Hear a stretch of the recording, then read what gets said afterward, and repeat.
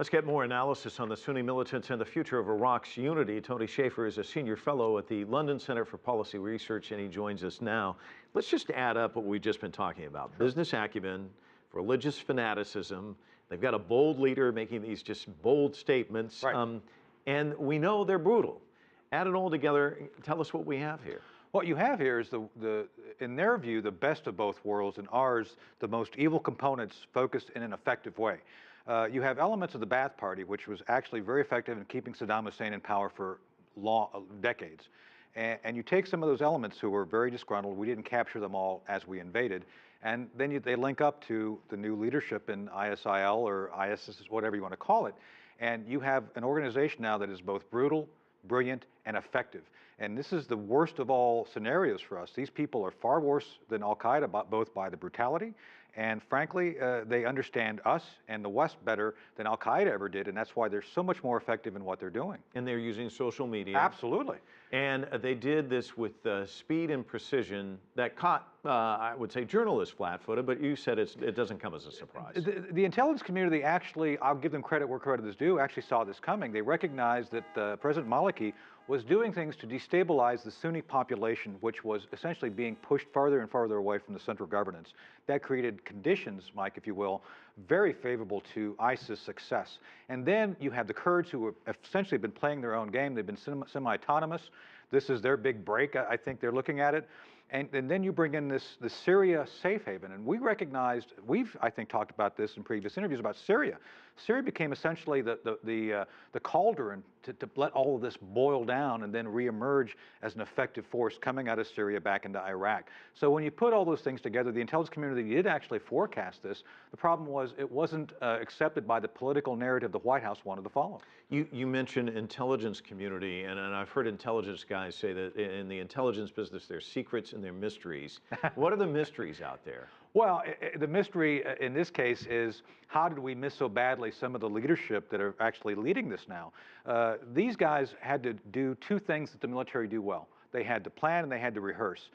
And this swarm tactic that they've actually perfected actually had to be practiced. So we should have seen it coming. Secondly, there's a lot of gear now moving.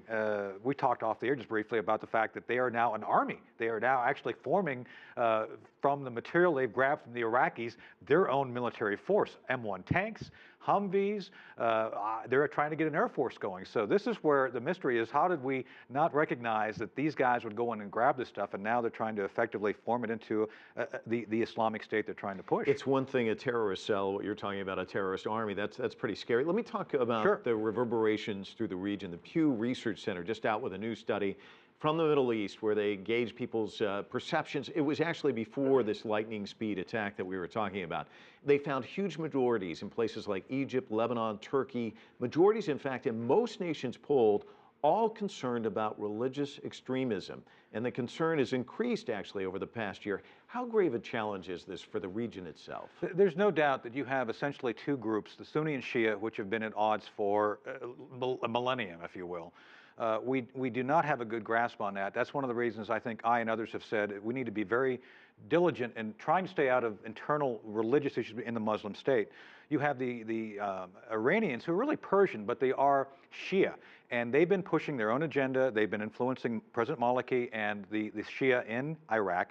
And they have the Sunni, the Egyptians, Turkish, Saudi Arabians, who are all kind of forming around, and Jordanians forming around the other side. So you really have here two separate views of the same religion which are now clashing. And that's why it's very important for us to, as best we can, stay out of the way. ISIS, by the way, is a Sunni organization, but they are, again, very, very extreme, so extreme al-Qaeda has actually distanced themselves from it. U.S. Secretary of State Kerry's gone to the area talking about unity, everyone coming together, met with a number of these factions. Should he be reaching out to Iran? Should he be reaching out to some of these other countries since they do have an interest in all of this? I've polled my senior leaders and mentors to include a four-star general who actually oversaw this region, and the answer is no. We should not be working with the Iranians. There's too much at stake regarding the nuclear program. And as much as the White House keeps asking for money to do something, They asked for like $58 billion, which is like bigger than most budgets of federal agencies. They don't know what they're doing. So the simple answer, Mike, to be honest with you, is right now we don't have a clear plan. There's no clear policy. So we got to be very careful on how we start insinuating ourselves or start taking sides. I'm not saying the Iranian option should be explored at all, but we have to do something else. We have to look at other options. And I think we need to look at our Sunni allies, such as the Egyptians, the Saudi Arabians and Jordans, who we've all trained, Turkey as well. We've all trained these folks. We need to look at how we can maybe form them, help them form an effective organization to bring stability. Well, Tony Shaffer, not a lot of great options out there, but it's fascinating listening to you. Thanks so much for coming in. Thank you, Always Mike. a delight.